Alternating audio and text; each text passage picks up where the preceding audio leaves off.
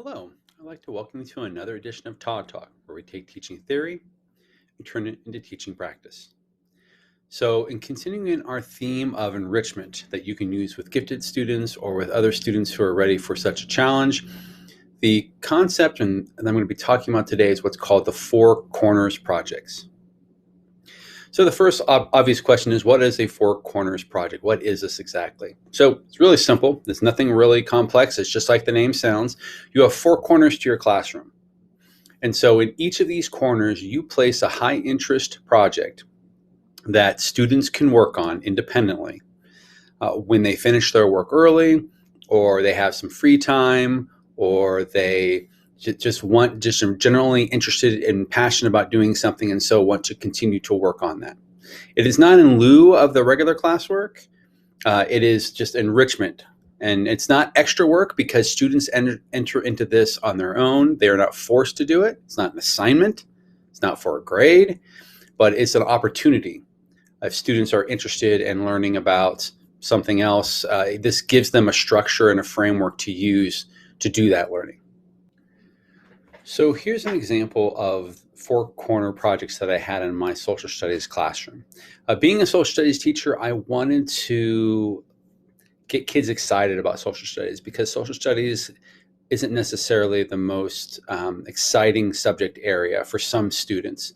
And so I wanted to come up with projects that would let them see history in kind of a new way, and that it's not just old dusty textbooks, that it can be really interesting. And so one of them, and at the time this show was really big, was called the XFiles Corner. And so what this was is kids had a choice of all of these particular historical mysteries, such as Bigfoot, Easter Island, Atlantis, Jack the Ripper, and they would choose one of those. And then they would do some research on this particular historical mystery. And they would look at theories that people had to try to answer these unsolved mysteries. And so they'd be using history, they would be using research, they would be looking at other people's opinions, they would be looking at other people's, guesses on what this might be. And then they had to kind of synthesize all of this into a paper. In this case was the product. So they had to write a paper where they explored each of these theories, and then they made their own kind of final decision. Like, what do they think is the answer to this unsolved mystery, and what leads them to believe that? So it wasn't just facts and lower level thinking. It was using some higher level thinking as well. So they had to evaluate, not just apply or to comprehend. So what they were able to do with this is they were able to explore this, something that was really interesting, because unsolved historical mysteries are really interesting in my experience in the classroom. And so this gave students a chance to do that. Now, I did have a very defined product in this case, which was the paper, but I think now I would be more open to letting kids find different ways to explain the different theories. So they could shoot a documentary, they could, create a website, they could, because back when I was doing, when I originally started to do these projects, the internet was not as readily accessible as it is now. And not every student had their own computer. Matter of fact, I had one classroom computer that kids used. So because of this, I would have to provide materials. So in this case, it would have to be a computer that had internet access so that kids could do this research. Because what I want to do is I want to leave these projects independent so that students can work on them without having to leave the corner. They could stay in the corner and work on this particular project. Here's another example. I call it the what if corner. I think what's really fascinating about history, and what can be fascinating, is what might have happened if something else had happened. So for example, one of the most obvious ones, or stereotypical ones, is what would have happened if Hitler had never risen to power in Germany? Would there have been a World War II? Would there have been the Holocaust? Would there have been all these, these historical things that happen? And so students would be choosing an historical event or person or something of that nature, and they would try to discern what might have been different. And as you can tell, this is definitely not based on fact necessarily, because we don't know what might have happened, but there are lots of guesses that are educated rather than just wild guesses. And so they would have to do a little bit of research to learn about this particular moment in time or this person or whatever. And then they would have to use what they have learned to try to make, logical guesses of what might have happened. So in the corner, I had a couple books, Almost America and What If, and they kind of ran through scenarios like that so kids could see kind of modeled what it looked like. And then their product was that they were to rewrite the history books. So they were to rewrite the history book and so I had examples of old history textbooks in the corner as well. And they would look through there and they would create like a new entry using their what if. So, and they're writing about World War II in there. Might have things have been different if things had gone, another way? What would have happened if Germany had won the World War II? Like, how would that change the entry in the history book? So that's what I kind of wanted them to their product to show what might have been different and why that would change. Here's one I had, History and Literature Corner. I had this because I had a lot of students that were really interested in reading, and specifically reading about historical fiction. So it might be looking at the American Revolution through the eyes of a young person. And there's lots of literature that uses history and then and shows you from different perspectives. So the idea behind this was that a student was to take one of these books. And so obviously you can tell this is a pretty long-term project because a student would choose a book first and then they would read that book.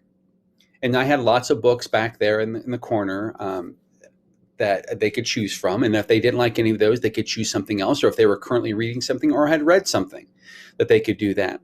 Then the idea here is they had to look at the history, kind of pull the history out of the book and look at the history involved with it and how accurate was it? What was the perspective as compared to what you've seen in other perspectives of this historical event? And so they were basically just looking at the way that this author, because usually it was fiction, had taken this historical event and used it for the purposes of the story. So how did history and literature kind of connect, and how did they work together? The end product was that they were going to create a dust jacket for the book.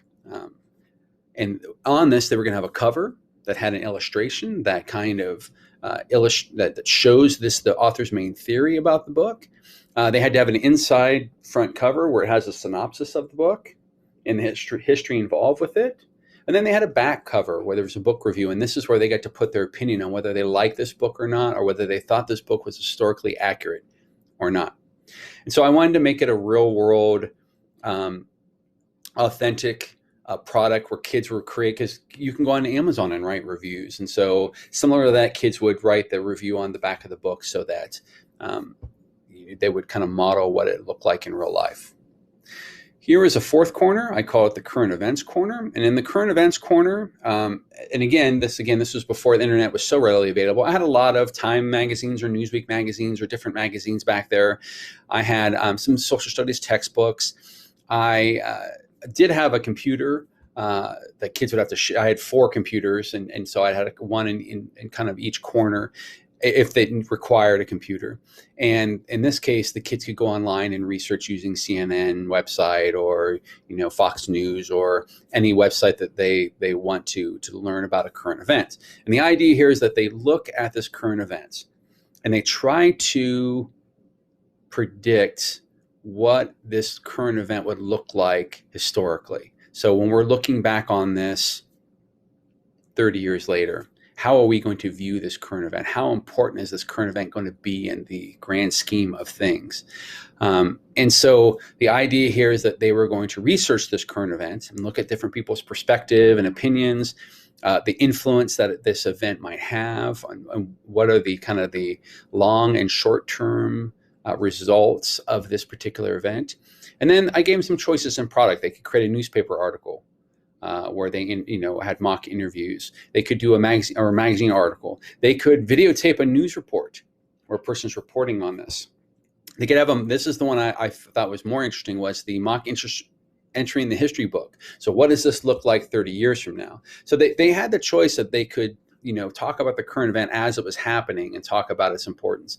But I thought it was more interesting to look at it years. How would it look like years from now, whether it be an election or a war or some specific person or an event. And so the current events corner was one where students could go. They had lots of choices on what they could do. Because most of these projects had several choices, a kid could do multiple projects within the same corner. So the XFiles Corner, for example, had lots of different choices. So I had students that were really interested in historical mysteries. So one might do a paper on Stonehenge. And then he might come back to it and then do a paper on the Salem witch trials because he was interested in that one. And so the idea of these projects is that they were able to be done more than once. You just had to change the topic, and students had a choice on that topic. I would give them some guidance on what these topics would be, but they could really choose anything because it was their project. Now, I happened to be a social studies teacher when I started my Four Corners projects, but as I moved along in my teaching career, I was also teaching. I ended up teaching an all-inclusive third and fourth grade classroom where I had multiple ages and multiple subject areas.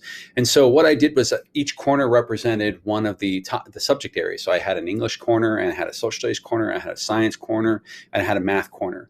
And kids could choose whichever one they were interested in. So even if they got their math done early, they didn't have to go to the math corner. They could go over to the ELA corner.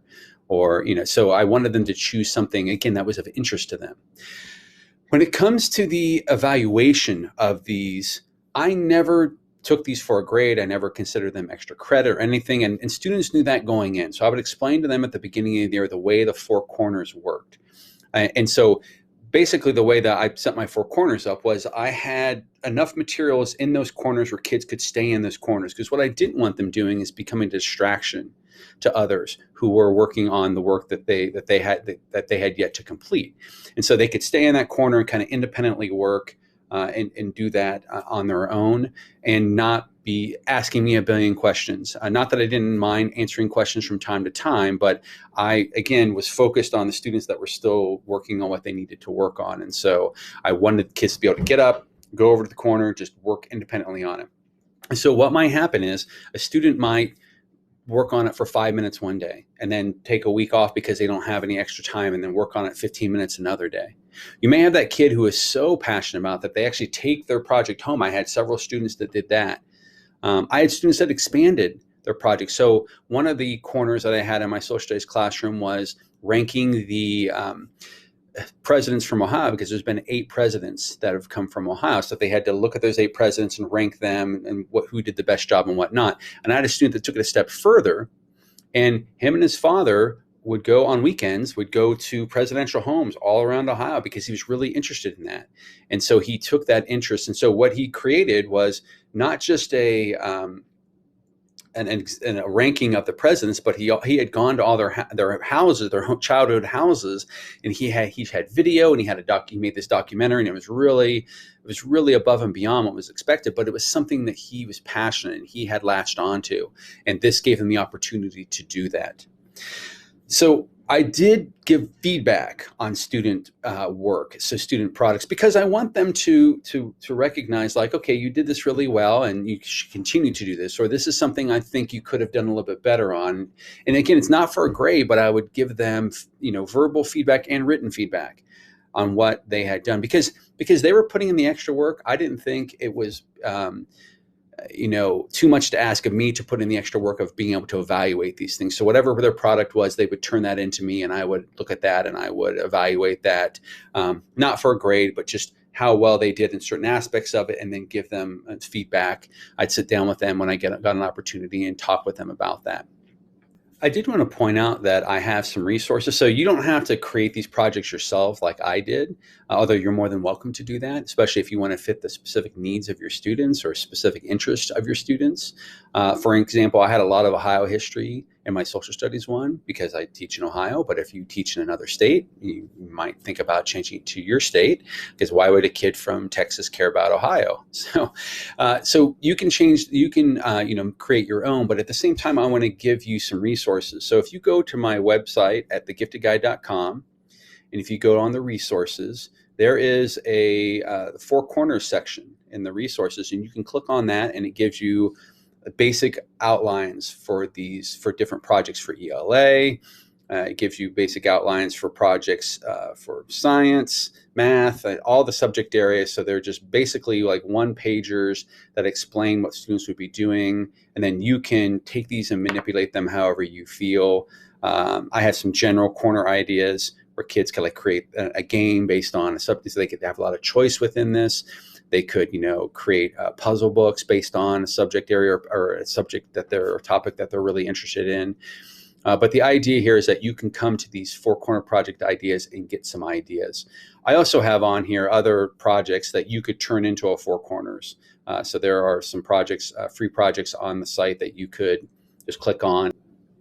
No matter what you decide to do with your projects, whether you're creating your own or using other people's projects to put in your corners, the one thing that you need to be really cognizant of is that the independent nature of them. In other words, you need to choose projects that allow kids to be independent. So they don't need to be asking questions all the time or asking you about resources. Everything is, like I said, in the corners, and that kids can work on that without, interfering with the class or, being a disruption in class. Not a bad disruption, but just a disruption because you're working with other kids. So you do want to find projects that kids could work on their own. There were times I wanted to make sure that I taught them skills. So if I wanted students to do a PowerPoint or a Google slide, I would have directions back at the corner to show them how to do a PowerPoint or a Google slide and walk them through the steps of doing that. Or if they were doing research, I might have a video that tutorial that showed them how to do research, so that they could, they didn't have to come ask me how to do that. And so they could put their headphones on and listen to that video. If I wanted to give them a particular starting point, I would have bookmarks on the computers where kids could go in and click and go to some sites, some teacher vetted sites, to get them started on their learning, and then they could take it from there. But the idea here is that you're tapping into the curiosity of your students with these high interest projects. It gives them something to do should they finish early and not feel like they're being punished if they finish early. Like sometimes a student finishes early and they're just giving more work by the teacher. And in this case, you're not giving them more work. They are choosing or entering into this work on their own. And because it's not for a grade, I find it really interesting. I didn't have it for a grading. Now, a lot of students really got into these projects because ultimately students love to learn. They just may necessarily not want to learn what you want to teach. They want to learn what they want to learn. And so this gives them a lot of choice in what it is that they're learning. And so I had students that worked very, very hard on their projects, knowing that it wasn't going to be for a grade, but it was just something that they wanted to do. And this can be done for all grade levels. I did this with kids as young as third graders, with kids all the way up to 8th grade. It could be used with high school students as well. So keep in mind that you're not limited by the age of your students or the abilities. It doesn't have to necessarily just be for gifted students. This can be for students that just are generally interested in doing something, and learning about something further.